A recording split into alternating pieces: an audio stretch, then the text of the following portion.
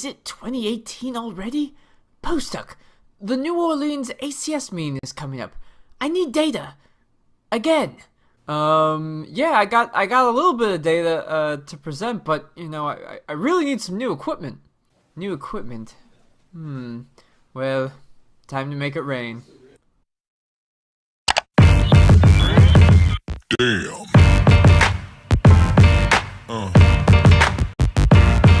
Yeah. Yeah. Yeah. Woo! Nice. This is awesome. You have no excuses now. Yeah.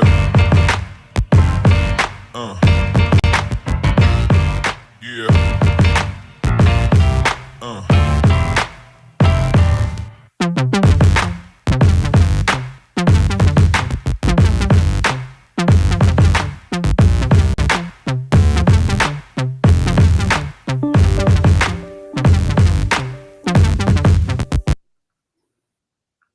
Hello, everyone.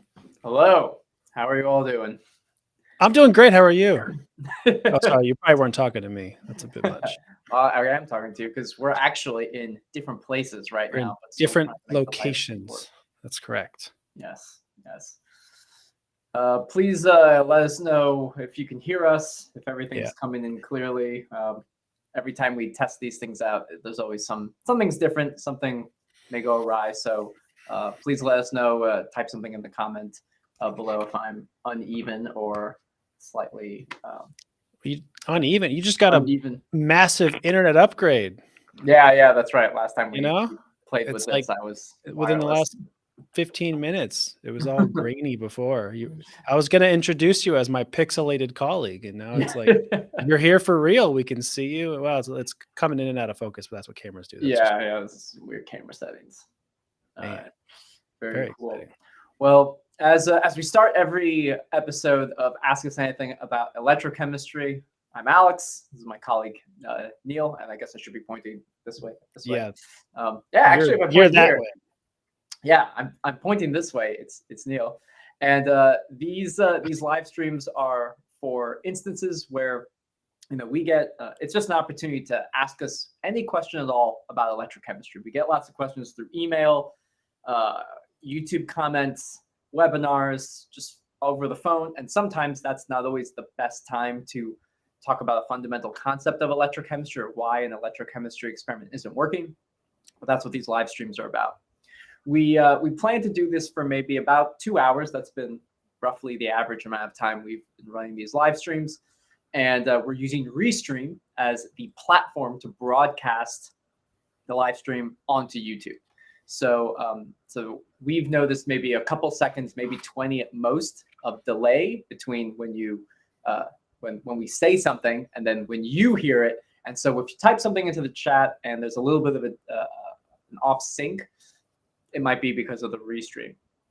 Now,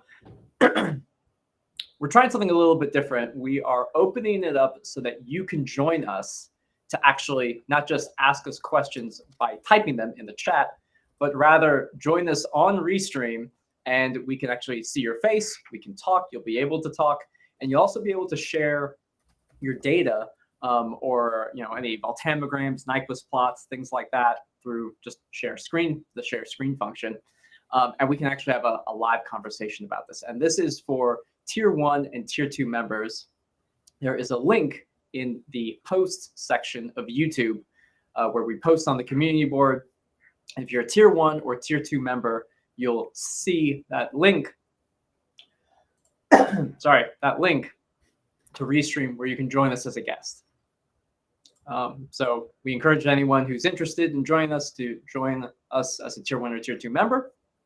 And then you can talk. Otherwise, you can just type stuff into the chat, and we'll try our best to answer them as soon as possible. There are no stupid questions. Electrochemistry is super, super complicated. So there are no dumb questions. We're going to try our best to answer as many of them as we can. Type your question in as best as possible, as clearly as possible so that we can answer them.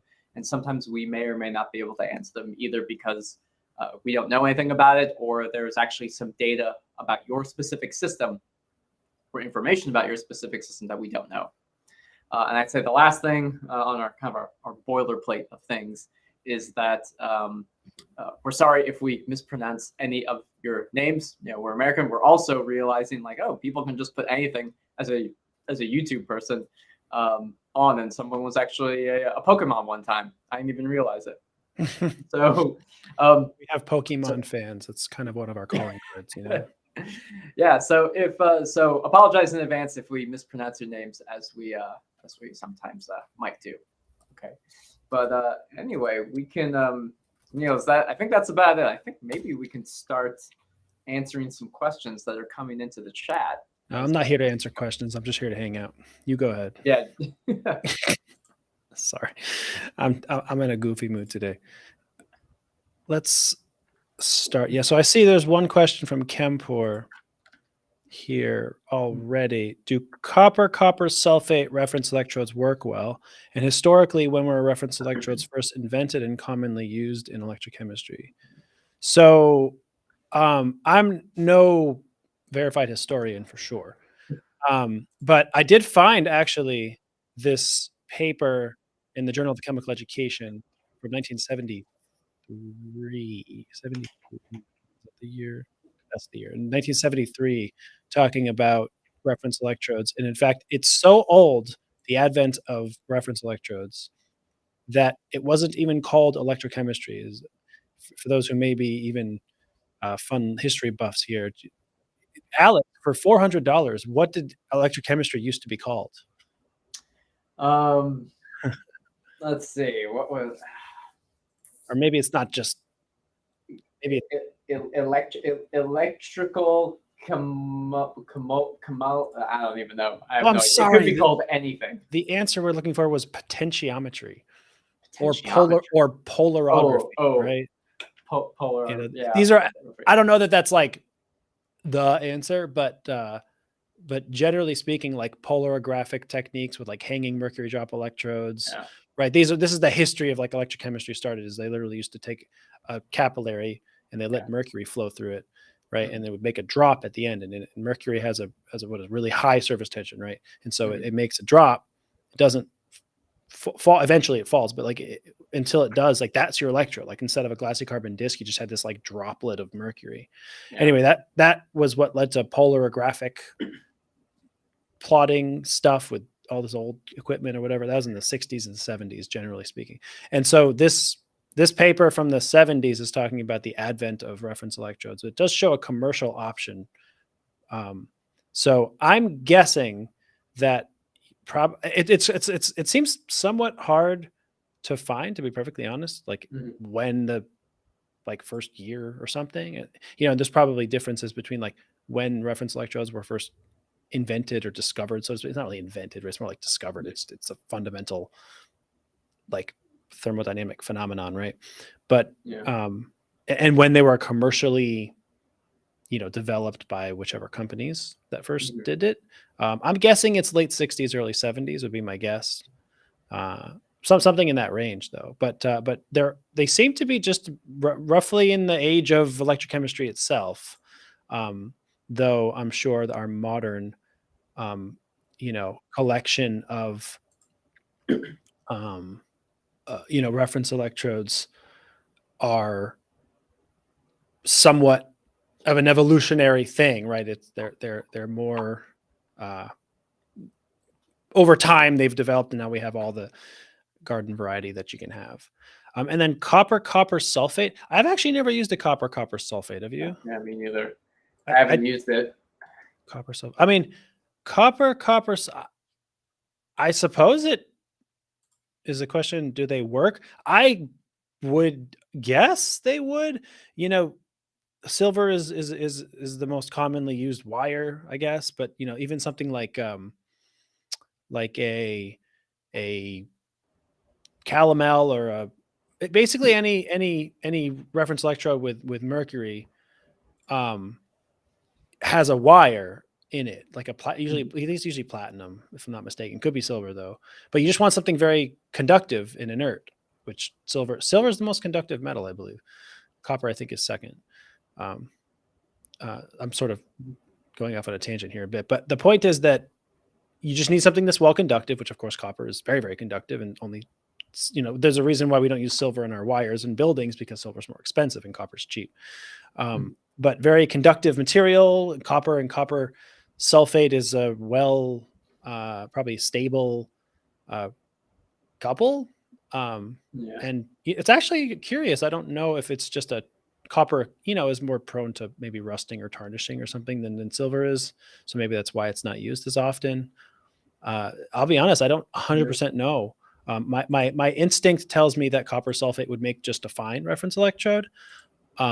But I don't have any real world experience. I've never used a copper sulfate reference electrode. So that's a good question. And then I see, Chris, you asked how old is the calomel reference electrode? Honestly, I don't know either. I would guess similar sort of a time frame, because mercury, as I said, was one of the first just like working electrodes. Yeah, exactly. Like materials commonly used before we either knew or frankly cared how toxic it is. And so I would guess that calomel is probably quite old from that perspective. So we're talking, 60 years at this point, right? 60s, 70s. I do not have a tremendous knowledge of the appearance of the mercury chloride, essentially, which is what calomel is, when it first appeared. But my guess would be it's about 50 to 60 years old, just like, probably the advent of the reference electrode in general. Yeah. I think potentiostats, generally speaking, are about like 70-ish years old. Yeah, late 50s, early 60s, or something like that. I think so. When the electronics for all that stuff started. Yeah.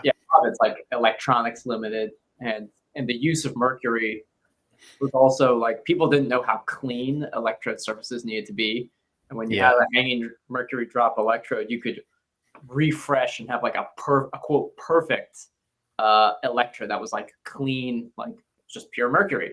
But they didn't know about like modern polishing techniques and stuff like that. Yeah, or the cleanliness of the electrolyte, and there's a lot of things that frankly, many students and professors still don't recognize or know, but we generally, as a greater community, know are very important, and we especially Alex and I, in our positions here at Pine, do our best to inform customers constantly about these things, right? It's like the cleanliness of your electrode and your electrolyte and your cells and all the things make a huge difference. And so this is one of those excellent things about science in a very real progressive sense, is that over time we have built years upon years of data and all this kind of stuff. 1941, good grief. Yeah, that's was off by Chris said. Patent for SCE goes back to 1941. Okay, well, I guess we got our answer. It's even older than I thought. Interesting. Yeah, I guess you could use the reference electrodes without a like potentiostat, sort of say. Like you could still do electrochemistry even though with a reference electrode without a modern potentiostat, sort of say. So very interesting. Very interesting. All right. LK4. I just saw something about this. This is a new thing. You wear this LK99. Do you know what this is? No, what is this? It's supposedly a room temperature semiconductor. Where was it? I saw something on Twitter somewhere. Someone was mentioning it. There's been a new development of potentially a room temperature, and then I saw another thing that was like, these are just like little snips I've seen. I haven't like looked into it. It's pretty new. It's like within the last week or so. Someone apparently, right, as maybe this is one of those holy grail. Room temperature superconductor. Excuse me, not semiconductor. Yeah. And then I saw another that was there was some regulatory body or someone or whatever was basically like contesting it, that it, for whatever reason, it maybe doesn't meet the criteria of what a superconductor is, or what a room temperature superconductor. I don't know, because right, the superconductors usually require like liquid nitrogen or something, right? Like they have to be very cold. Yeah, right. Something very, like that. So it's been a holy grail of physics or whatever. I mean, I just Googled, you just Google LK99, you see, titles for stories like, claimed superconductor LK99 is an online sensation, but replication efforts fall short. And then, like superconductor claims spark investor frenzy, but scientists are skeptical. Room temperature semiconductor. Scientists are always skeptical. Well, that's true. They should, frankly, Yeah, they should they be. should be. Scientists should always be skeptical. That's the job of scientists. Yeah. Where Doolies, if you're still here, where did this what like country or university did this come from? Because I just heard about this. And this is cool. I know you're just making a joke here, but I'm actually kind of, it's fascinating, right? Just the advent of this possible new technology. If it's not a scam, there can be scientists are not above, frankly, right, making stuff up to Well, yeah, I mean, cold fusion is kind of the quintessential example that we think about and go to. Or like that lady from what was South Korea? Okay, because I think LK stands for Lee Kim is the person who was involved, something like that. So the lady with what was it? Theranos, right? She just went to prison. Theranos, yeah. Did I say it wrong? Anyway, she just lied brazenly about these diabetes test things or something, and it was like, it's the human bias and greed and all of our emotions that get of caught course. up in the science, and that's why science asks questions. That's why we have involved the scientific method. That's what we're supposed to do. Back in the early 1900s, when they only had an anode and a cathode, how are experimenters able to measure the actual voltage of the electrochemical cell? Well, what they probably had was everything was analog. Number one. Yeah. So there must have been early voltmeters, right? Or something of that nature. Just like coiled wires of a magnet, and then it would just move depending on if there was like a voltage or a current between it. And they just put like a piece of paper with like, all right, this is like 1, 2, 3, and then as it moved, they just that was the voltage that they measured. But I don't know the electronics of early analog voltmeters. I think you can still buy them. I think they're pretty cheap. Or maybe you can go to a museum and find them. Yeah. I don't actually know. There was a question earlier from Mulkin, which is, how can I deposit different metals on a substrate? What about the potential window? So generally speaking, you're talking about electrode deposition. And electrode deposition typically is you would get, it's usually a reduction process where you start with, the cation of the metal. So either copper, iron, whatever the metal is, in like +1, +2 oxidation state. And then you apply a negative bias or galvanostatically apply a negative current. And you're reducing the metal to its neutral state. So copper +2 to copper neutral, and that's just metal, and that's that's an electrochemistry experiment happening at your liquid solid junction. And so that's usually how people do some level of electrode deposition. So that is one method. And you're asking specifically about like, okay, the potential window. Yeah, you will need to find solvent systems where you're not electrolyzing or reducing, say, acid to hydrogen gas, and that other process doesn't make up what the current is. So you will need to adjust the potential window or find a good solvent system. There's a lot of stuff about electrode deposition conditions and parameters that you'll need to figure out to understand, like, okay, how much am I depositing? Is it actually depositing to get a certain metal on a substrate? That's at least an electrochemical method for depositing metals. But there are others, you could do. Yeah, there's physical deposition methods. Yeah. Like thin film. Yeah. So like thin film deposition. I mean, that's the one of the more common ones people do with shameless plug Pines stuff. So the disc electrodes that we sell, for example, with like a rotator, you different metals at the same time. Okay, so before we go down more paths that you're not interested, different metals at the same time. So you're talking about like, was it different metals on a substrate? Oh yeah, okay. So like you're depositing copper and iron onto a platinum substrate or something like that.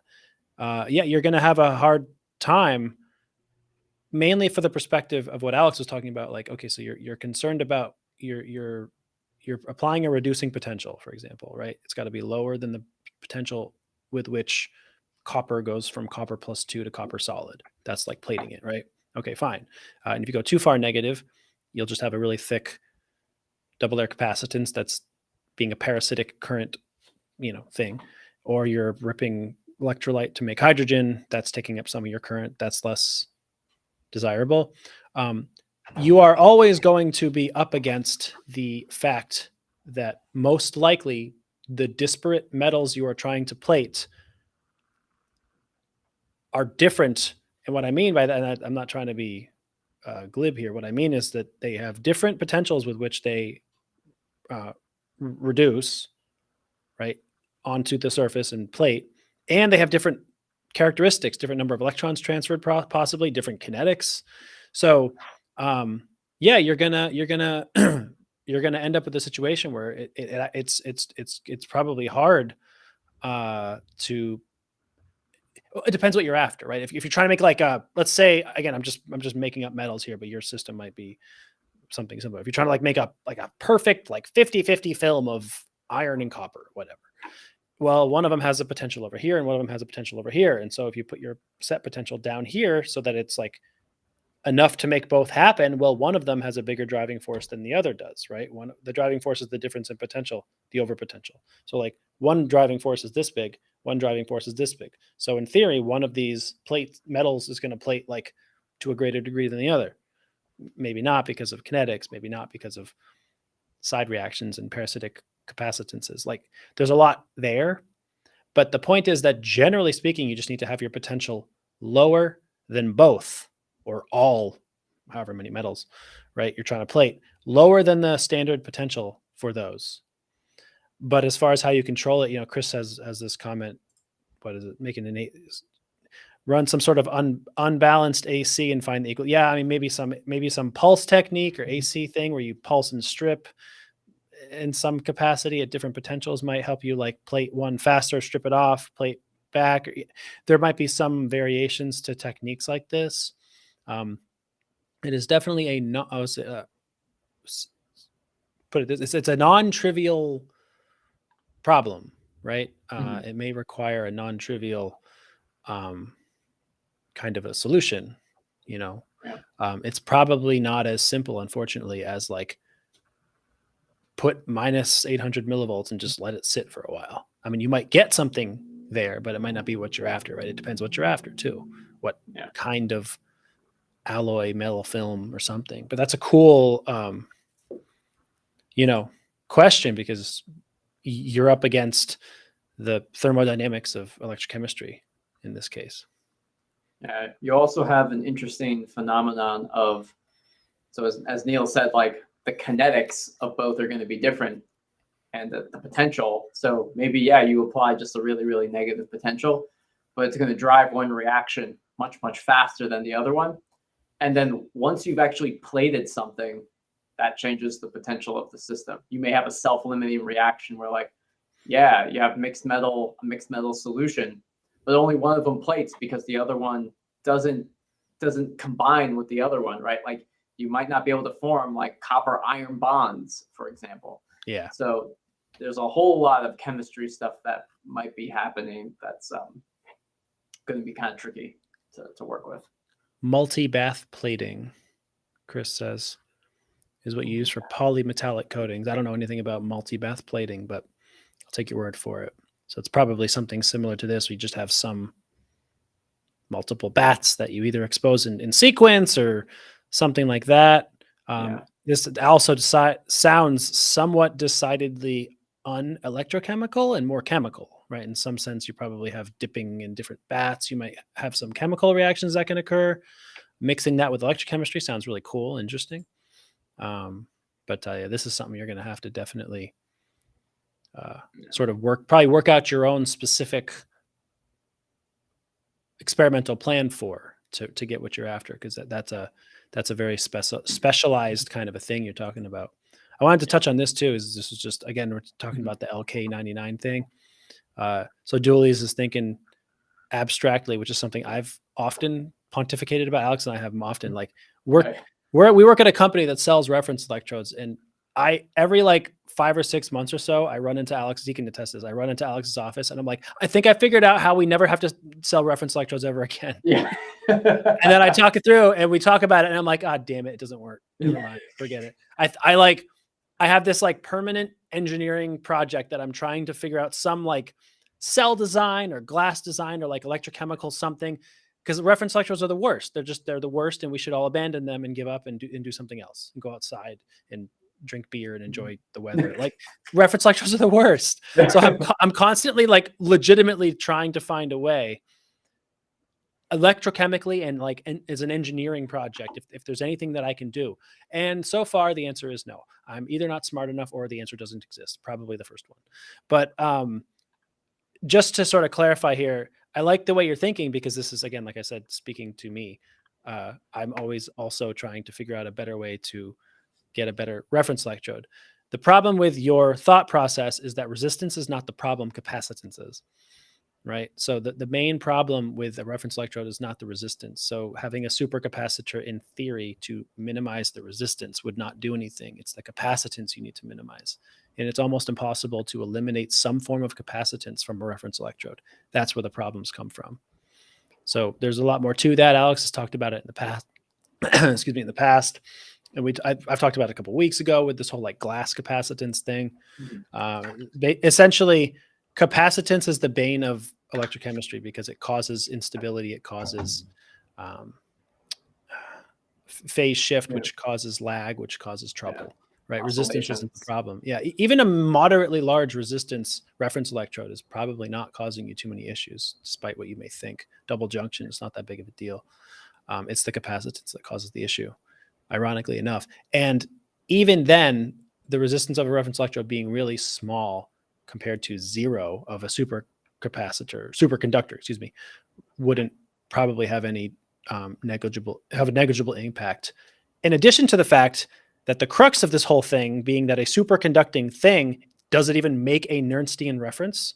So if it doesn't, this is all completely irrelevant, right? Like we're assuming that a superconductor makes a thermodynamic Nernstian stable reference, which it very well may not, right? It's some material that, might not act as an electrochemical reference. So, so even if it has zero resistance in theory, if it's not a stable electrochemical reference, it's not going to do anything, even if you want it to. Yeah. But I like the way you're thinking, because I think that way constantly. Yes. Oh, here we've kind of had this question before, right? Buying potentiostats off of Alibaba, is that like it's a similar question? See a lot of old school analog potentiostats on eBay. They just look like a metal box with lights. Are they pretty much useless in today's modern digital world? No, I don't think so at all, actually. I think one of the earlier episodes we did of this live stream, we did have a heavy hand of caution about buying stuff off of eBay or Alibaba or, whatever. Dooley says you got this. I appreciate the vote of confidence. I don't got this, but I'll keep trying. I'm going to keep coming up with brilliant ideas until I eliminate. That'll be my like career's, accomplishment if I eliminate reference electrodes from the corpus of electrochemistry, and then I cost my company money in the process.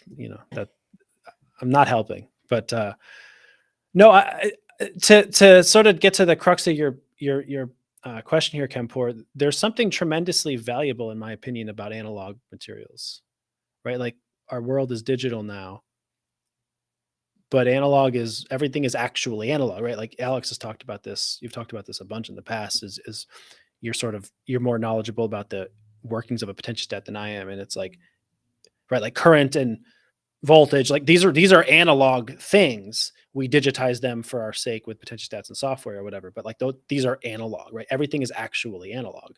So in some sense, it's like I'm not anti-technology, although I kind of am oddly old in this regard. But like, You're fine. stuff that's analog is like,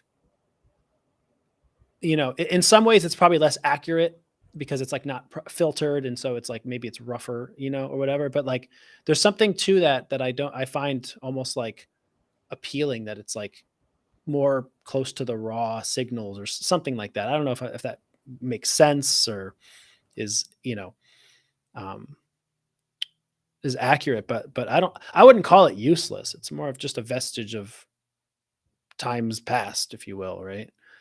So Yeah, I wouldn't say it's useless. Here are some things to consider when dealing with like a purely analog potentiostat. So one thing that probably one of the biggest things is that you'll like, how are you going to get your data? Right? Like we use a computer to control the potentiostat, but also to measure the data, right? Like it comes in like digital form. So how are you going to get the data is probably the hard thing. But there are chart recorders, which are very old. They're pretty expensive. But what's more common is you're usually able to get something like an oscilloscope is actually a pretty good way to record data from a potentiostat. You can literally take the analog and you can literally take like the analog current and the analog voltage and then hook it into an oscilloscope and then read it. And as long as the oscilloscope has a method for being able to transport it to something that you can like print it, then it's good. Additionally, if you don't need to collect the data, because some people might need a potentiostat as a controlled power source, and very old analog potentiostats can do that, and they may be super cheap. Like you might be able to buy one for $500 or something, and like yeah, if you want to just sweep the voltage back and forth, if you want to add a waveform generator, it's also much easier to do it. So I agree with Neil. They're not completely useless. It's just hard in the digital era to integrate them into what you need to do. Another thing about analog potentiostats is, as Neil said, yeah, you have to. They can be very prone to noise. I mean, literally, just like bumping the table or a desk can cause like, you know, current spikes or voltages and stuff like that. But that sensitivity is also something that's very beneficial to them. So some people swear by analog potentiostats because certain surface features are only visible on an analog potentiostat because they don't have this kind of digital resolution issue, sort of say. But yeah, hopefully that's at least helpful. I thought this was a good question, actually.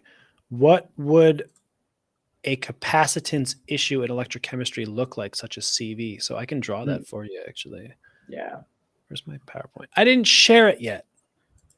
That's why it's not here. Okay, let's see. I thought I did, and I didn't. All right. Make sure that is it showing up? Alex and I practiced this yesterday. Oh yeah, we can switch this. Except our faces are in the way. So if I draw something over here, can you not see it? Oh, I switched it so that. Oh, now you can see it. Okay, that's where all. And we can also see Barry's question too. That's where all the important stuff comes. Is where you can't see it. Okay.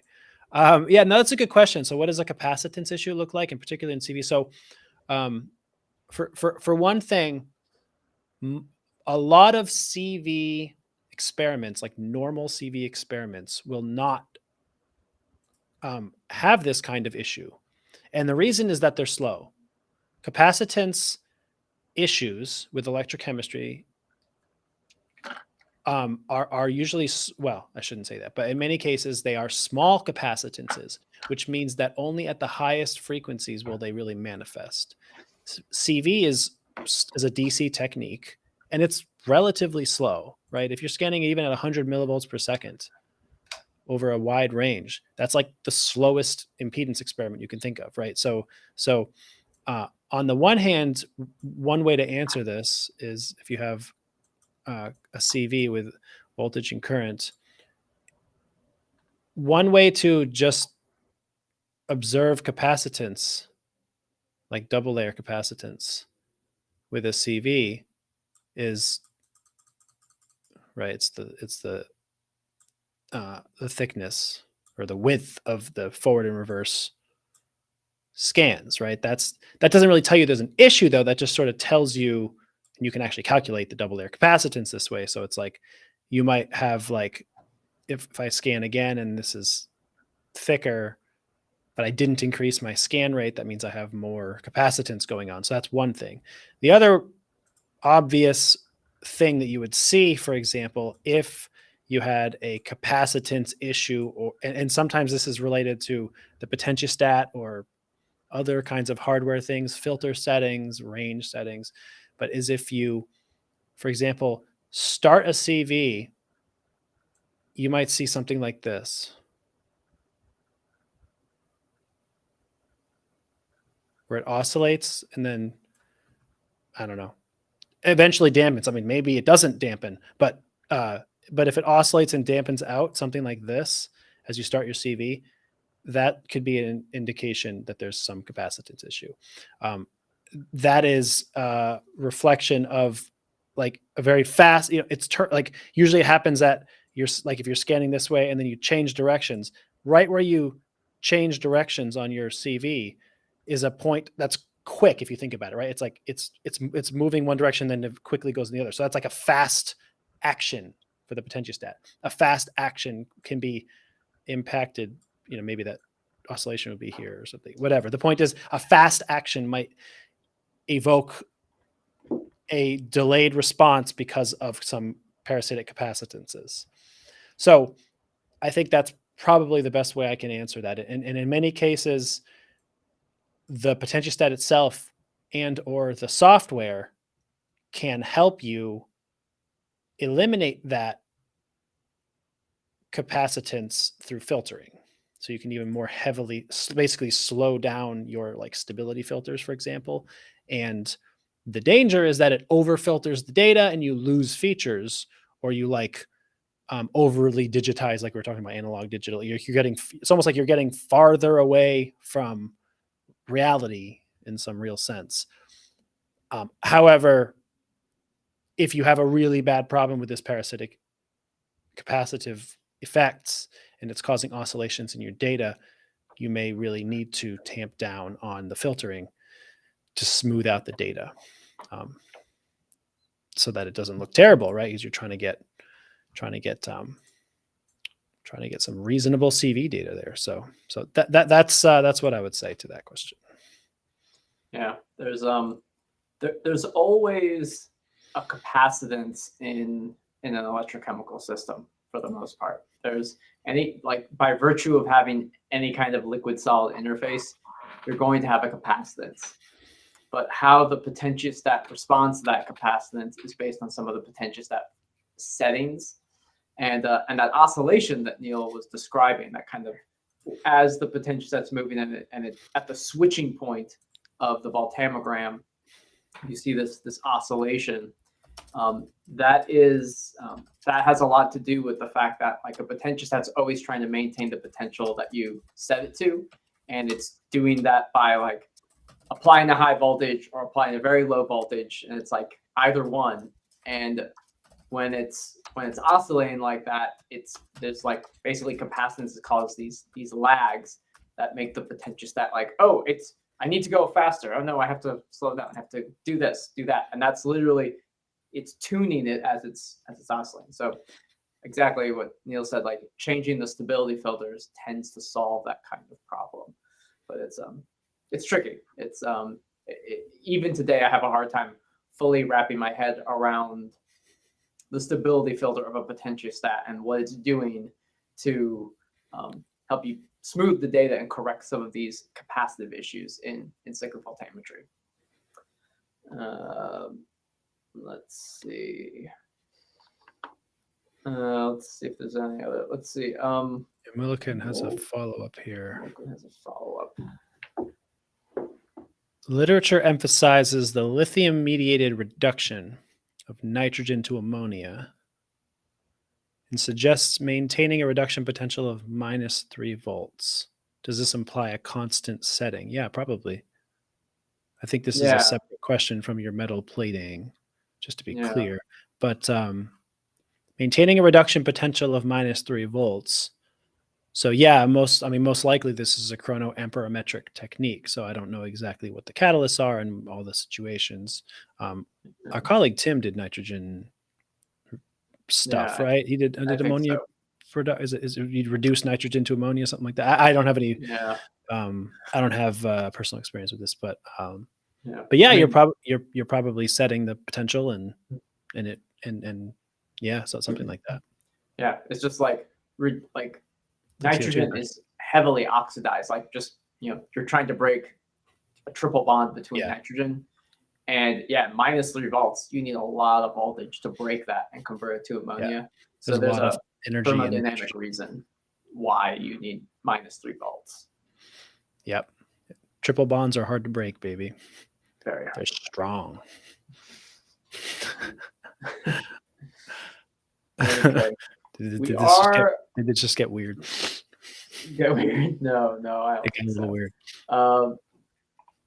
I think we actually have someone on the stream, but his video and sound is not working. Hopefully, he will be able to share some of his voltammograms, and that we can talk a little bit about it once he has a chance. Yeah, and for those who we haven't mentioned it yet, this live stream, but yeah, part of what we're doing. Did you mention it at the beginning? I don't know. I can't remember if you did. Yeah, I mentioned it. Yeah, we're working on this. We're gonna give it a try today, and if it's a total train wreck, well, we'll try it again anyway.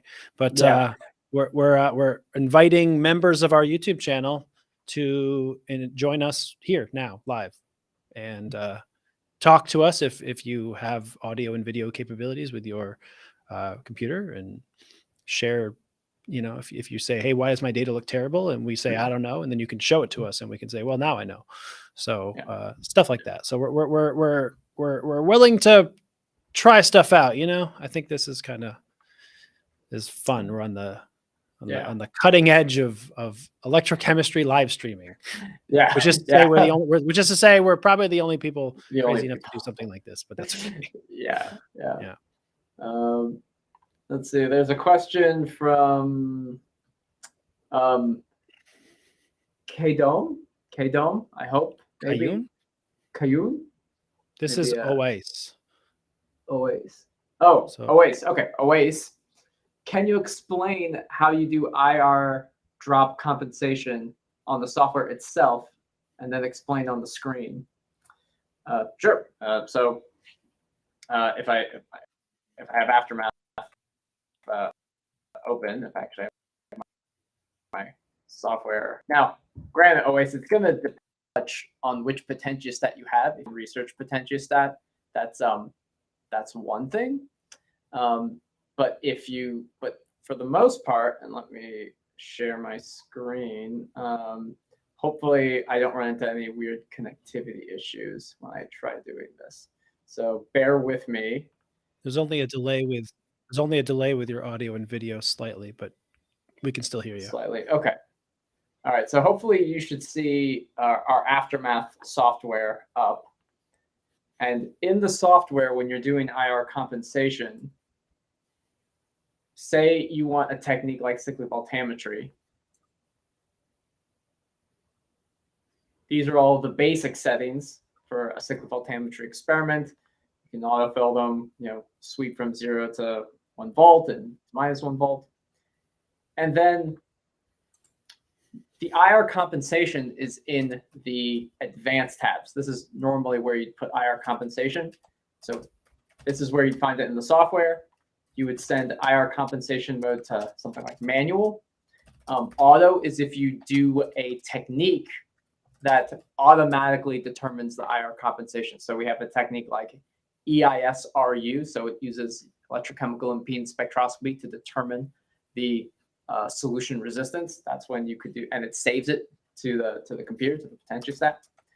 But if you hit manual, you can just tell the potentiostat what is the cell resistance, in ohms. So maybe it's 200 or it's 300, and this is what's used for the feedback circuit in the potentiostat when it's doing IR compensation. So you need to have that value described. So I'm going to stop sharing. I hope that I'm hoping that answered the question. I can describe a little bit more about how IR drop works fundamentally. Like there's a software setting, but really a potentiostat needs an IR compensation circuit to work. And if that's what you're interested in, I'm more than happy to describe that to you. Please type if that's what you'd like, because Alex is good at that actually. Yeah. He made a video on our YouTube channel on it. So about that exact thing. yeah, you know. But you're only asking about the software. Yeah. So if you want to know more about IR comp, then yeah. More than happy to do. We have next. We have from Om Singh Vashishta. I have doubt on potential of battery. It discharges. So did its potential. From market, we buy for certain potential, but discharging, it changes its potential. Potential of battery. Apologies, I'm trying to understand what you're asking. I think your question is about the potential of the battery is changing as it discharges. Potential of battery as use it.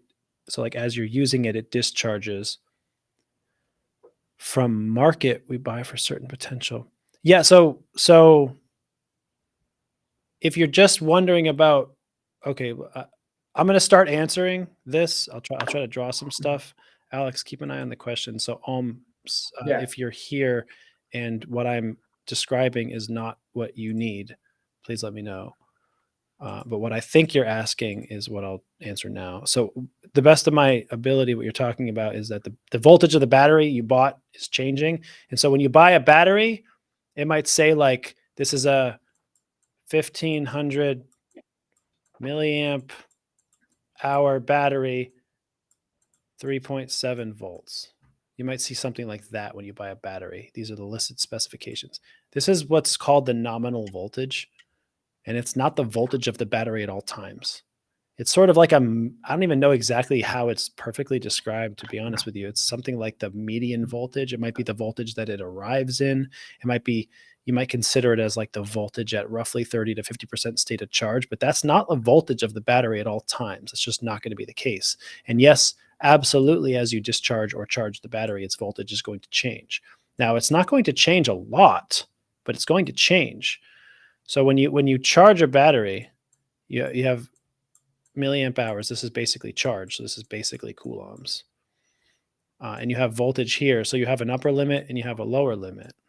And when you're charging, let's do green for charging. When you're charging a battery up, you'll have typically a steep incline, and then you'll have a large section where the voltage doesn't change very much, and then it'll go up at the end.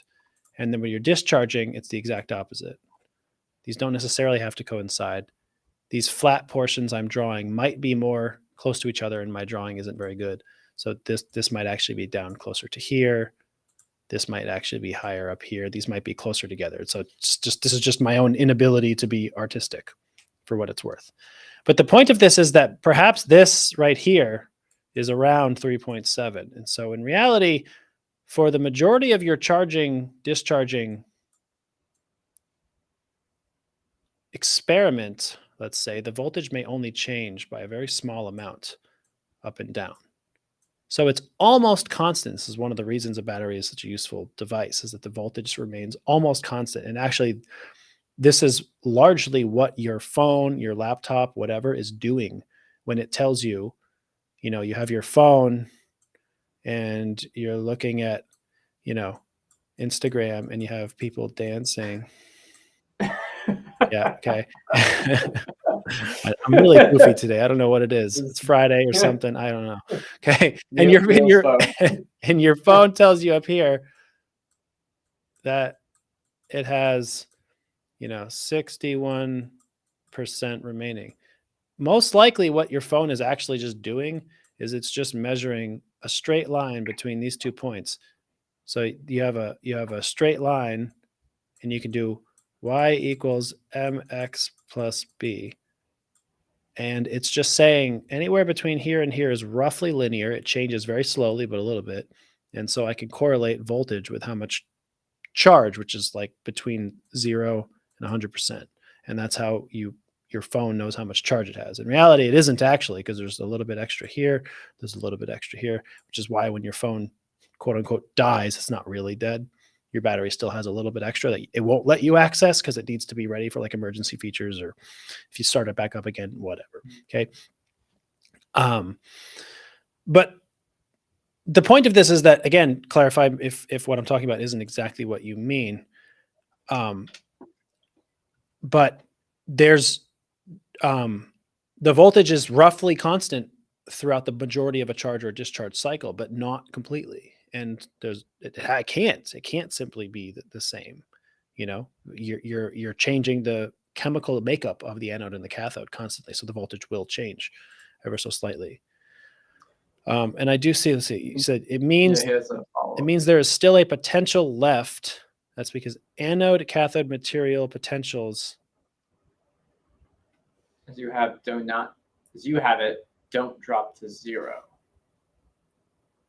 So I guess is that the way that you've drawn that graph? So There. I'm not showing anode and cathode materials individually. I'm showing the voltage of the battery. Where the actual potentials of the anode and the cathode are individually is irrelevant. What I'm showing is the voltage of the battery itself, which is comprised of the difference between the anode and the cathode. That's really the only thing that matters. That's the thing that determines how much energy you can continue to get from the battery. And this is just a minor semantic thing, but I don't know how I don't know whether this is like technically true, but I think in terms of this way personally. I make a distinction between the terms potential and voltage. And generally speaking, this is whether it's 2 or 3 electrode. So when I think of a battery, I do not think of potential. I'm not talking about a potential. A potential is a relative quantity. Voltage is too, but a potential is a relative, versus silver chloride versus something, versus a stable set point. A 2 electrode anode cathode battery, like most batteries, does not have a reference electrode. And so you're talking about an actual voltage. You have between 2 points. You can't see me because I'm sharing screen. Let me stop sharing screen. This remove there. That's what I'll do. When you have a voltage between two things, it's the difference in potential between wherever these two things are. If they both move this way, your voltage is the same, but they're both different potentials. When one moves this way, but the other moves a little bit, the voltage has changed, but they both have different, but they both moved, right? That's the difference between. So as you're charging or discharging a battery, the anode and the cathode's voltage potentials, individual potentials are changing, but it's the voltage I'm interested in, because the voltage, the difference between the anode and the cathode, and by the way, I'm only tilting my arms because I'm hitting this stupid thing near my face. I'm like, the voltages aren't like changing at a 20-degree angle. The voltage is this. They do is that like the Vogue dance, right? Oh yeah. But the point is the voltage between the two, just like in a fuel cell or in a battery, that's what determines how much energy you can get out of it. Okay. So I hope that makes sense. Yeah. I hope that distinguishing, it's sort of a minor semantic thing, but I make that distinguishing. I make that point on purpose. I distinguish between potential and voltage when it comes to a battery. So please feel free to comment again if I'm still not getting to the crux of your question exactly, but I hope that's a decent explanation for what is happening when you charge or discharge a battery. Yeah. Well, it looks like we actually we have a member who has joined us on the live stream. His video and audio are not working, but he has the ability to share his screen. So we're going to take a look at his share screen. All right, Ferris. And I can't read any of it. All right, I can read it. So I'll try to read it here. Thankfully, I have pretty good eyesight. I'm gonna maximize it so that we're off the screen. Oh yeah, we both hit it at the same time. There we go. Yeah, there we go. Okay. All right. So Ferris, it's okay. I can read it. Unlike Alex, I'm not blind. No, I'm sorry. I So, can kind of read it. There we go. okay, so let's see. There's a couple of Yeah. plots here, and then there's a question. So it says, I'm trying to do CV of a deposition stripping reaction of manganese 2 plus manganese oxide on glassy carbon electrode. I'm able to get a voltammogram that looks decent for one scan, but subsequent scans look less and less reversible. I will share the first scan on a plot and then the next 3 scans on another plot. So I'm assuming up here in the upper right is scan 1. Oh yeah, because I can see it says scans 2, 3, 4. So that would explain it. Yeah, perfect. Yeah. Because words in English and language and numbers are there. Okay. Yeah. I am suspicious that I am depositing too much solid manganese oxide during each scan, and it's causing the electrode to insulate itself. Yeah, is manganese? You can tell us in here, Ferris. Manganese dioxide. Is it? It's not. Is it an? It's actually an insulator. It's not a semiconductor. Let me know. If I speed up the scan rate, then I should deposit a little less, but it makes the overall shape of the voltammograms a little more mushy and less readable. Is this a common problem when doing CV of solid deposition reactions? Do you have any thoughts on using a higher surface area working electrode, slightly conductive? Okay. But it's probably an issue that's less conductive than manganese metal itself, or etc. So any thoughts on using a higher surface area working electrode for this reaction, or perhaps just reducing the concentration of manganese 2 plus ions in your electrolyte? Boy, this is going to take a little bit of thought. First of all, a couple of quick observations is that the peak splitting is pretty severe here. So you definitely have some less than ideal kinetics going on. Chris says it looks like there's a passivation layer. If you had to guess, that might be true. That's a good it's a good input. The peak splitting, you've got you got 500 and you've got almost 700. So you've got several hundred, and then it looks like it's getting worse. These are all red here, but you've got your oxidation peaks beginning to progressively spread out a little bit. And if things are getting mushy as you speed up the scan rate, that does suggest an even higher degree of as you speed up the scan rate as well, in addition to just progressive scans, that the peaks are separating more. That suggests pseudo reversibility. So that's not a great thing if you're trying to I guess have some repeatability in your CV scans. The other thing I would say is don't feel like you have to do only CV. You might try pulse techniques. You might try DPV or NPV. CV is the one that most people do and know most often, but you might have some better luck with pulse techniques if it comes to trying to get some reversible and clarified processes. You'll have to play with the parameters, NPV and DPV and stuff like that. They're a little tricky. There's a lot more parameters to play with, but you might try doing that for sure. Do you have any thoughts while I sort of look this over, Alex? Yeah. So I think I guess I have a few questions, just clarification, and Ferris can tell me this, at least he's in like a private chat. So, but I just want to make sure the kind of the peak around, and it's a little hard to see. I want to say 500. It's a reduction peak. That is the reduction of manganese 2 plus to manganese. So is the deposition? I guess my question is just to understand the system. You're depositing, because you could also, if you're forming the oxide, like the oxidation current. Okay, so so reduction of solid manganese oxide to manganese to manganese 2 plus ions. Okay, so that's a reduction. Okay, so that's kind of like stripping. Okay, so we're stripping the manganese oxide off to form manganese 2 plus. Okay, so is this an acid or base? That doesn't look like a reduction to me. What am I missing? Yeah, it looks like an oxidation. Do you have it backwards? Mild acid. It's mild acid. Yeah. Am I missing something here? What's the equation? You can draw on your shared screen. I think we can see it, right? But if he wants to, but he has two. So he's basically sharing by having MnO2. kind of two windows open I on one might not on be able one to screen, do which too is much fine. adjustment here. Yeah, because my thought is like because the oxidation peaks are getting. Oh, Mn is going from +4 to +2, so it is reduction.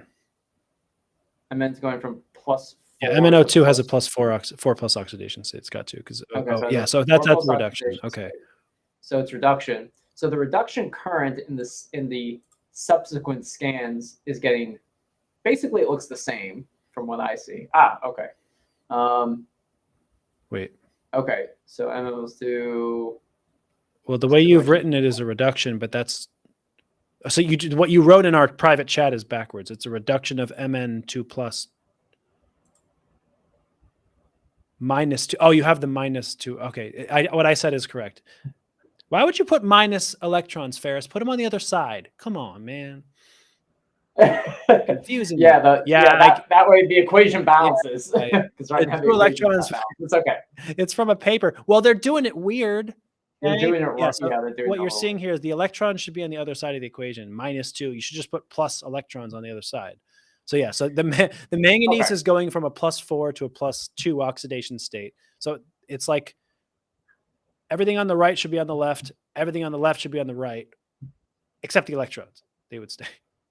And I guess when you're doing the experiment, I also first and foremost, I agree with Neil that from a purely deposition standpoint, like your goal is to get manganese, is either to get manganese oxide on the surface or to get manganese 2+ off the surface, like whichever one you're doing.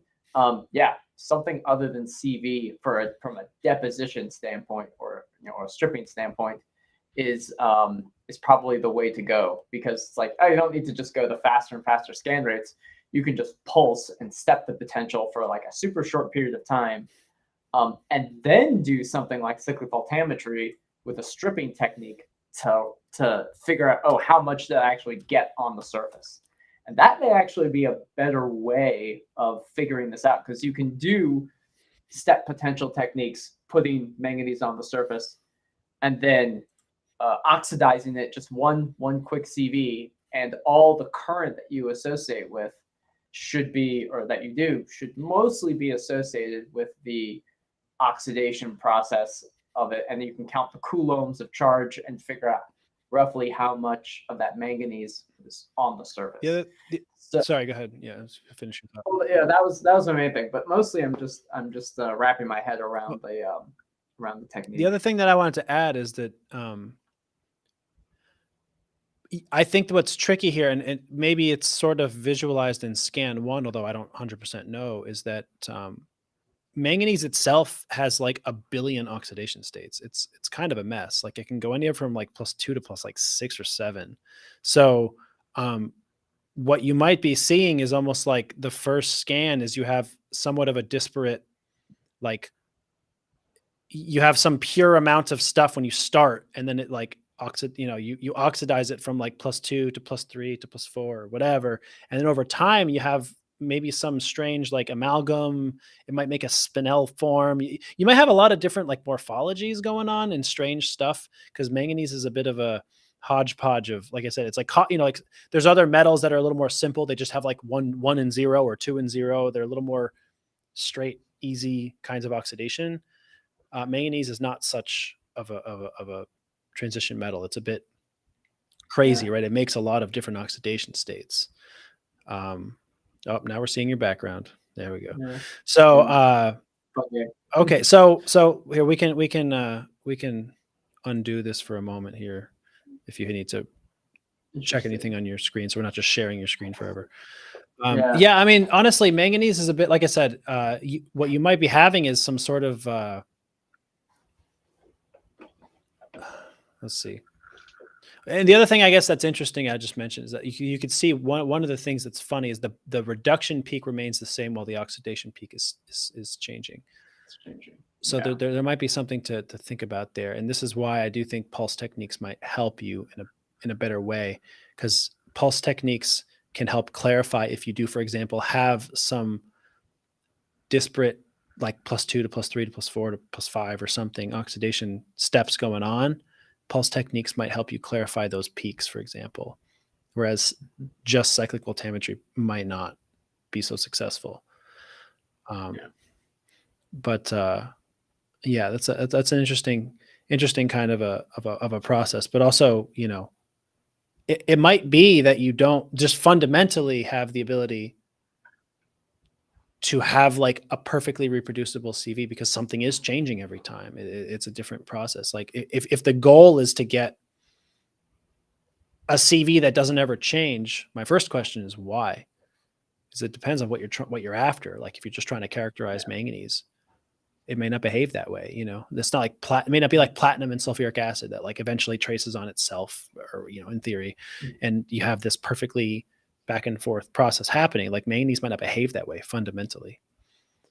So the question is, what are you really looking to do? And that's a more general and long form question. Probably be easier to answer if you had audio and visual with this. So next time, maybe if you get a camera or something like that, because you could talk through with us what you're after, and we could, you know, maybe have a little more context. But that was cool. Yeah, thanks for sharing you know, your screen and your data with us, Ferris. Appreciate it. Yeah. You can do this again next time if you have more let us more questions. And this is good, and it was very helpful for us to see the it's very helpful to actually see the data. And because a lot of people ask questions, and it's just like, well, we don't know what your data looks like. Exactly. So this is a great way of helping us. But hopefully that was helpful, Ferris. Okay. All right. We can talk more about it later. Should we get to some of these questions we have from previous live streams or comments? There's one. Sure. Yeah. Let's do it. Okay. So this is okay.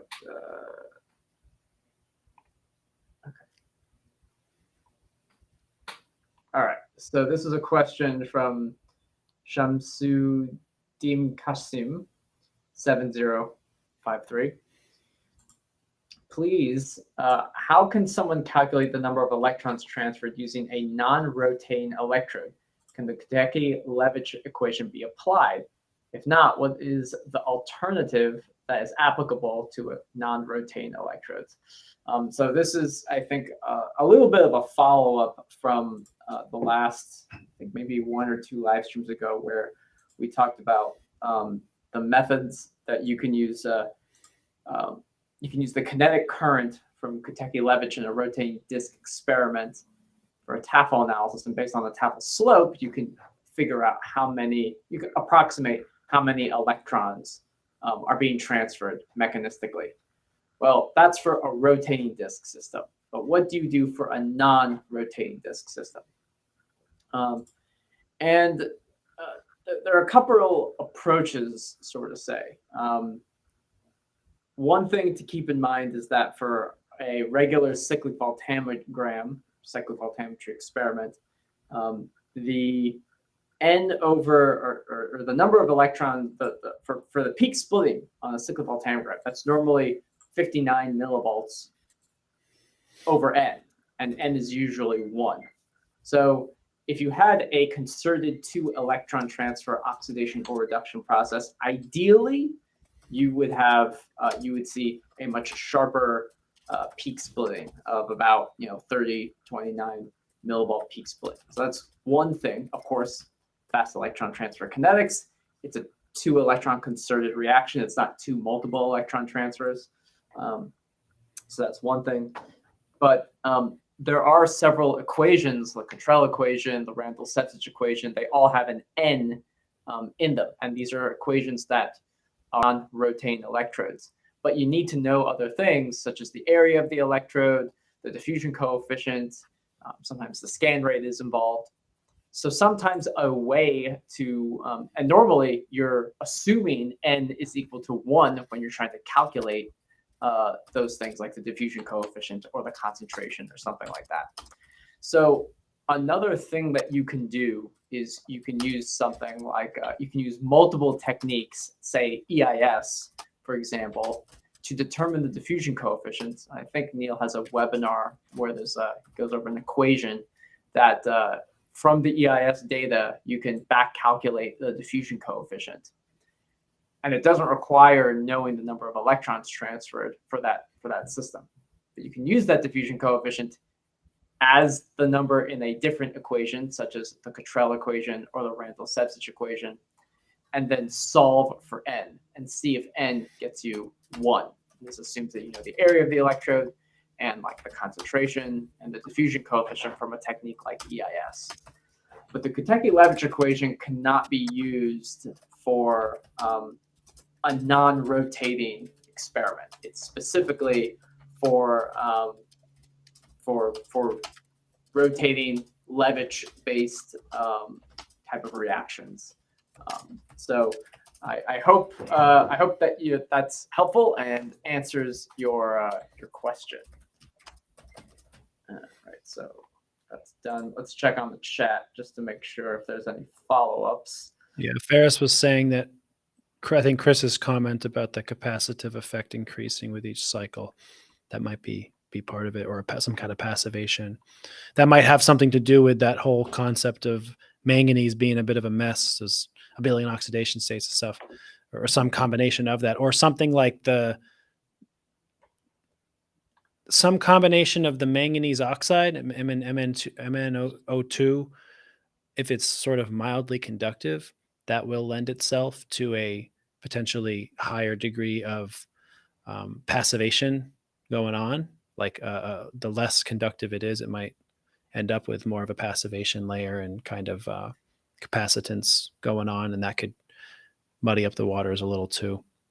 Pseudo reversibility. There's a lot of things buried in here, processes that might be happening, but I do think that there's a good chance that pulse techniques might help you out here. We have a series of questions from Tarek that we can try to get into, I think, here, if you'd like. Yeah, sure. While we wait for. Well, if there's any other questions, we'll go for a little while longer here. If anybody has some questions, type them in the chat. Yeah. This was, I guess, a series of questions, and one of this is question 2. So we're skipping question 1 because question 1 was from another person. Question 1 was the other one. Yeah, okay. This is not question 2 from only one person. It's question 2 of. It's just I get it. Yeah. The numbering was confusing me. Okay. Yeah. Is there a DEDT threshold that determines when the potential difference stabilizes enough to be considered thermodynamic equilibrium? Not really. Probably a few millivolts per, seconds, 10 seconds, a minute? It's hard to know. There's no real answer for this. It's going to depend on a million different things. And it's probably somewhat subjective, to be honest. If you're checking the potential of a reference electrode to see if it's stable, it's to some degree, it's like, when you see it, like if it's drifting, right? It'll be moving constantly. Otherwise, I don't know, if I had to give you a number out of nowhere, I'd probably say something like, if it's not changing, like a minimum, like if it's less than something like 5 millivolts per 30 seconds, a minute, something like that, it's probably stable. So something in that range, because you have to account for, like, you can't do like 1 millivolt, because DAC noise in a potentiostat will probably exceed 1 millivolt, and it'll never be considered equilibrium, right? But I don't know. That's again, that's going to depend on the potentiostat you're using in your system and a lot of different stuff. But something like that is probably reasonable. A few millivolts, 5-ish millivolts over a minute or less, something like that is probably reasonable. Yeah. One thing to keep in mind is the Nernst equation is at equilibrium, and 59 millivolts represents a 10-fold change or difference between your oxidized and reduced state. So you can think about 59 millivolts represents a 10-fold difference in the concentration.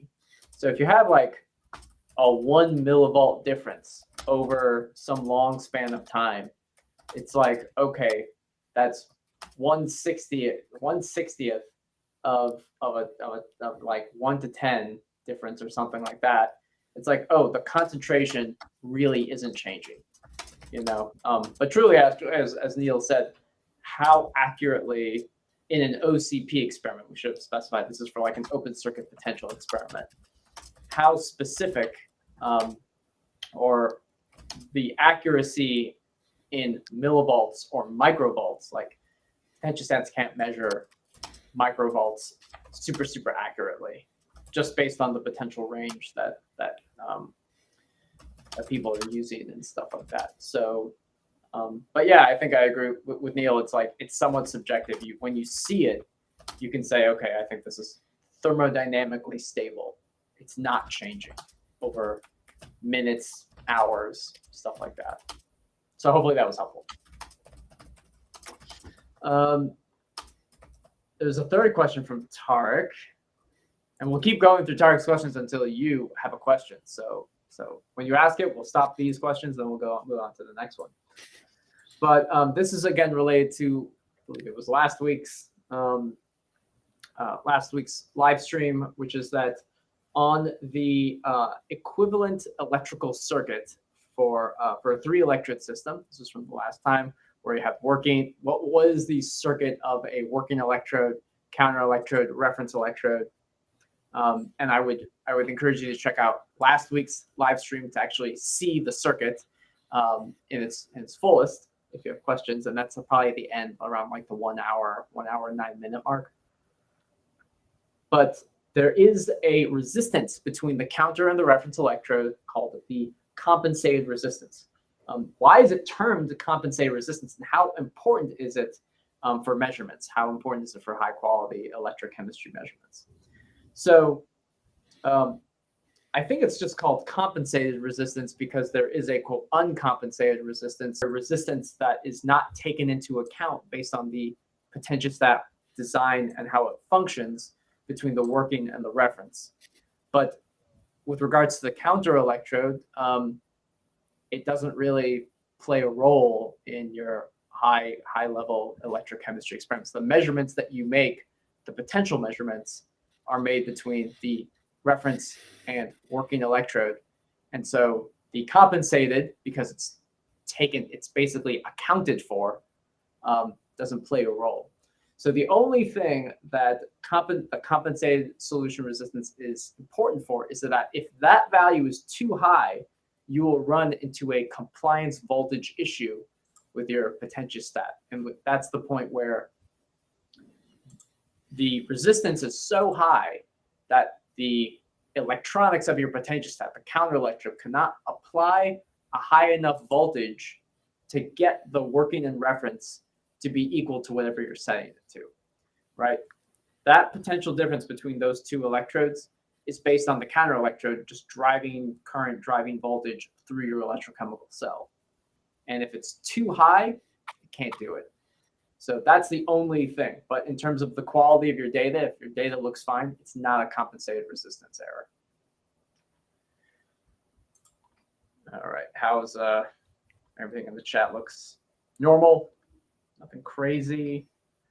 And I think, let's see, let's go. Question 4 from Tarek. Let's see, maybe did we already talk about this? Oh, at open circuit potential, stated that the electrode system's at thermodynamic equilibrium. What does that precisely mean, since there are 2 half cells involved, one at the working and one at the reference electrode? So I guess in general, unless Neil, you want to take a stab at this one, I've been talking too much. I mean, what exactly does it mean? It's thermodynamics. That's it. It's just it's an amalgamation of thermodynamics. Yeah, you've got 2 half cells, and it's the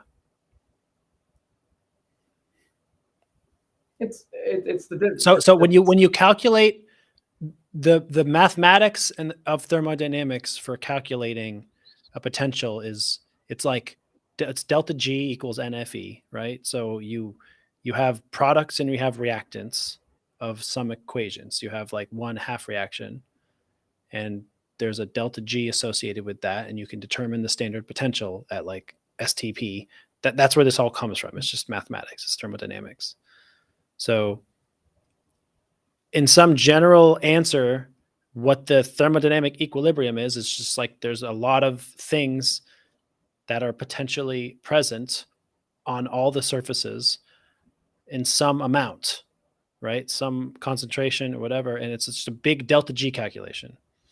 Like all of the things that are on one side of the products equation, like they're added, you have products and reactants here, and you have products and reactants here, and they all add together, and you have some overarching equation. Exactly what that is hard to know, right? But let's say you have some idea of like what the, I don't know, things involved in present are, right? Like there's copper in here, and there's salt there, and there's chloride over here. You have some knowledge of the products and reactants that are present in your solution. There's some giant equation with a bunch of reactants, a bunch of products, and you take the delta G of the products minus the reactants, and you get a big delta G, and you can get a big E. That's just, I mean, it's literally just, it's just thermodynamics, right? It's just a big calculation. It's like, it's simpler when it involves like copper goes to copper sulfate or something, and then it's like, okay, well, I have the Gibbs free energy. You look them up in some table somewhere, right? And you get the Gibbs energy of copper sulfate minus the Gibbs energy of pure copper metal, and you get a delta G, and it's something, and you have NFE, and you solve for E. Like that's literally it. It's just a bigger version of that with all the stuff involved. Yeah, and it's that's what's happening. It's just thermodynamics. Yeah, it's the and it's the difference, right? Like, yeah, OCP is measuring the potential difference between these two. So as Neil said, there's a delta G of one reaction, delta G of another, and you're taking the difference of them.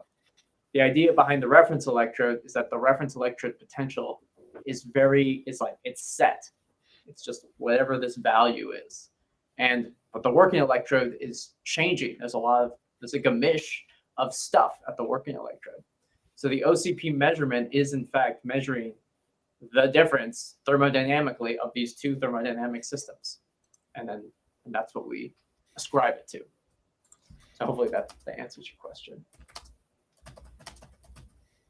All right. And I think we got one more there, right? I believe one so. more. And then unless there are no other questions in the chat, we're going to wrap this up. So get your questions in quick, hot and fast. Quick, hot and fast. Faster. We need faster experiments. Get faster questions. Get them in. Hot off the presses. So some electrochemists strongly advocate measuring the impedance first at OCP before proceeding to the desired DC potential range. What valuable information about the electrode system can be attained from performing EIS at OCP? Now, Tarek, I've shortened some of Tarek's questions because they're longer. He usually writes like a paragraph worth. So to kind of give you a little bit more context, he's looking at his full questions more about electrochemists advocating for using impedance first for OCP, typically expressed as versus reference when conducting EIS. The impedance data at OCP would function as a reference point of sorts. What valuable information can you get from doing EIS at OCP, and how can this information be useful in practice? I think is what he's kind of getting at. And I think Neil and I have talked quite a bit about this in the sense that there's this weird thing. There's this weird thing that I've talked about this before, possibly in different live streams, and I'm sort of oddly confused or perplexed myself at the frequency, pun intended, get it, with the frequency with which I see this question. Or some version of this question, which is something to the effect of, what potential should I do impedance at? Like, some people ask what the potential window should be for CV, but for the most part, you don't get the kind of question like, what potential should I do chronoamperometry at? Or what current should I pick for chronopotentiometry? Like, if you're doing an experiment like CO2 reduction, right? Or you're the question earlier today, which someone asked, like, they're doing a nitrogen reduction to ammonia, and you had to do -3 volts, right? And I was like, oh, does it have to be there? Probably, right? So great. Like -3 volts is the potential at which I need to apply to do nitrogen reduction to ammonia. Okay. So then if I asked you the question, what potential should I pick for chronoamperometry? You would stare at me and you would say -3 volts. That I'm trying to reduce nitrogen to ammonia. That's why I'm here. That's why I'm getting a PhD. So then this is why I have the same sort of reaction when people say, what potential should I do my impedance at? What are you trying to study? Ammonia reduction. So -3. Like, it's the same argument, right? So in some sense, what Alex said is true. You're getting some kind of background information, but really more fundamentally, you're getting whatever is happening at OCP. If you're not interested in what's happening at OCP, then don't do EIS at OCP. It's as simple as that. Like, EIS is not a mythical creature that's very much different, right? It's just electrochemistry. It's the same as anything else. You're gonna drive the reaction at whatever potential you're at. So do EIS at whatever potential you want to check stuff. If you want to drive a reaction, do it at that potential that drives the reaction, right? If you want to get a background, right? Like, it's like doing a CV between potentials that are not where your peak is. So you're getting a background CV. Then same with impedance. If you want to do impedance where your Faradaic reaction's not happening, then do your impedance at that potential. But fundamentally, and I get kind of like triggered by this question. I really do. It's like Lugan capillaries for me. It's like a trigger point. It's like or like induction loops for Alex. It's a triggering thing. I don't know why it bothers me so much. It does. It bothers me because I'm trying to, my life's work in my job for the last several years has been these impedance webinars. And I'm trying to demystify impedance. And maybe I should stop trying, because impedance is hard and I know it's difficult. Mhm. So I'm not trying to be unsympathetic. I know impedance is really hard. For me, it's hard for everybody. It's a hard technique. But I want to dissuade people from thinking, getting yourself in a mindset, thinking about it like it's some different, it's just electrochemistry, it's the same as any other technique, right? And so that means that what you're trying to study is at some potential. If you think it might demystify it in some sense or make it more accessible. If you think about it as chronoamperometry, I'm trying to drive my nitrogen reaction or my oxygen evolution or my oxygen reduction, and I pick a potential to do that. So the same thing for impedance, right? I'm going to pick a potential to make it happen. So think about it in the same way, right? And so generally speaking, the answer to this question is, do you care about what's happening at OCP? If the answer is no, then don't bother doing impedance at OCP, right? And if you do, go right ahead and do impedance at OCP. And the only other answer I would give to that, as an amendment to my rambling here, is that in some sense, doing EIS at OCP first is a good idea to make sure all of the nuts and bolts of your experiment are fine, right? Okay, so fine. So I've set up my experiment and I want to just make sure my parameters of impedance are okay. Well, it's probably, generally speaking, safer, right? You're perturbing the system less at OCP than at some polarized potential. So the other answer to about why you would do impedance at OCP first, the information that you're getting is what I should type into my software for my potentiostat to make it not terrible. Well, I did 10 millivolts. That's too big. I should do 5 millivolts amplitude. Oh, I did a megahertz to 1 hertz. Oh, that was too high. I should start at 100 kilohertz. Those things are probably maybe better to troubleshoot at OCP when it's a little more benign. So that might be, but that's not really necessarily information about your system, because you're just getting the same, you're just trying to that's trial and error optimization of parameters that you probably should, are doing with any technique you do. Right. And so let's just say it's a good idea to do that at OCP. compared to something else where you might be in a more aggressive Faradaic, system going on or something like that.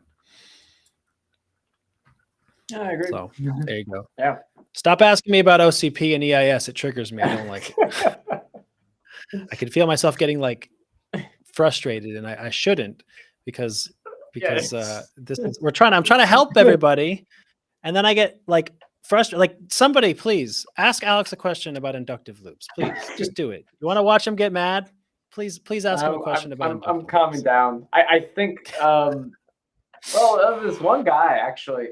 Well, here's the kind of the next level thing I'm trying to understand, which is like Warburg, for example, right? Yeah. Warburg is not a circuit element, but somebody Well, yeah, developed it's a circuit element. But you can't, it's not you like a can't real buy circuit a Warburg, right? Not yet. Not yet, right? But like any electrical engineer who took electrical engineering classes has never heard of a Warburg before, and that's because Yeah, Warburgs, probably somebody named Warburg, Yeah. solved the impedance, like determined what the impedance of diffusion was. Like we know what the impedance of resistors are and capacitors because we have these equations, and they're models, and they're convenient models. But other people are creating other models that that describe these processes, that describe impedance of other processes. So you can use a different model to describe these inductive loops. And if we knew how to okay, well, how did someone come up with the Warburg element, for example? Like, what was that mathematical derivation? Because it's in the same category as resistors and capacitors and inductors, but you can fit it as a Warburg element. So I think finding the equivalent inductive loop thing that is attributed to a real process would be that would be cool. But it's something I have to learn about. And how do people develop models for impedance? That's the question, I guess. Yeah, and no. Whether they mean anything that's real or not, or we're all just pretending that they do, Yeah. Connecting the thing to reality is always that's hard. Well, it's like we do it, and then when you think about it more deeply, you get yourself tied in knots because you're like, but that's not. It's not really a coil of wire. It's an electrode, and why is that happening? And you can kind of get yourself tied in this philosophical loop of exactly what's happening and why this circuit works and why that one doesn't. And then you add in stuff like Warburg or Gerscher, or and they're not real at all. Just even constant phase elements are fake, right? They're made up. It's hey, this doesn't work, but if we raise it to a power of alpha, it does. Yeah. It's we hand wave away why that works or what it actually means. So well, I think it's if you live and operate in a world where it's it's either capacitive or resistive or inductive, then it's if you're a hammer, the only solution is everything's a nail to you, right? Yeah. If you only have these three things and you have to model every impedance circuit, every Nyquist plot using just three elements, you get some really crazy, weird looking things. But people developed other circuit elements that account for these other strange anomalies that might help us understand the system more. So that's something I want to learn more of that I don't know anything about, and I would need to just read Mark Orisom's book probably. I think everything should be a nail, because then we can just have one hammer. Everything is easier. Yes. That would be great. By the way, I want to note that we are 850 kilometers apart and we wore the same shirt. Yeah, I know. Yeah. Do it. We have had, I think, one time in 2 months where we didn't wear the same color shirt. This is just by random coincidence. Chance. It's amazing. I actually almost wore the black polo shirt today, and then I was like, nah, the red one would look nice. Oh, you weren't thinking like, yeah, but Alex is gonna wear this, but he's thinking that. I knew it was like, well, this is like it's like, you know, it's like double reverse, like it's like triple reverse psychology. It's like, well, I bet he's going to wear this, so I'm going to wear, but because he would, and he knew that I would, I'm going to wear this one originally that I was even thinking not, it doesn't even matter. There's no thought. It just, this, we always end up in the same color shirt. It's amazing. I just don't have the you know, the sweatshirt on. No, yeah, no, it's okay. It's crazy. It's crazy. No, that's One day I'm going to show up in like a Hawaiian shirt, and if you're wearing a Hawaiian shirt, then I'll know that there's something cosmic going on. because Tim just made new Hawaiian New Hawaiian shirts with the Pi logo. Yeah, That'd be a heck of a uniform. that'd be funny. Gosh, that's funny. All right, well, we are gonna wrap this crazy thing up here, I think. So thank you everybody, and to Ferris as well for joining us in the live stream. That was fun. You know, anybody else watching this now or later, we encourage you to join us on our YouTube channel and look for that community post that Alex made earlier with a link to our Restream portal here. And you know, if you got a camera, also I'll mention, for what it's worth, if anybody's hearing this, if you're doing it on your phone, it doesn't work as well. You can't share stuff. We can hear you and talk to you. So if you were to join us on your phone on Restream, you could talk to us, but you couldn't. I don't think you can. There's no sharing option on like a mobile device. Yeah. It's a little weird. We tried it out yesterday. So, but if you're on your computer and you have a laptop, camera, whatever, you could talk to us and ask us questions about your data. We'd like to see how that works in the coming weeks and months and stuff like that. So, anyway. Anything else you want to add, Alex? No, we should be on next week. No problem. I'll actually be in the same office as Neil. Oh, you'll be here next week. I week. will be here next week. Nice. At least for a few days, and then I travel again. But then I'll be back at least by Friday. So yeah. Okay, cool. So next week, Alex and I will be in the same physical location, which will be unusual. Yeah. For maybe 1 week for the rest of a month and a half. Yeah. So Yeah. But until then, I hope everybody has a wonderful weekend and week ahead, and we'll see you all next time. All right. Take care. Bye. Take it easy.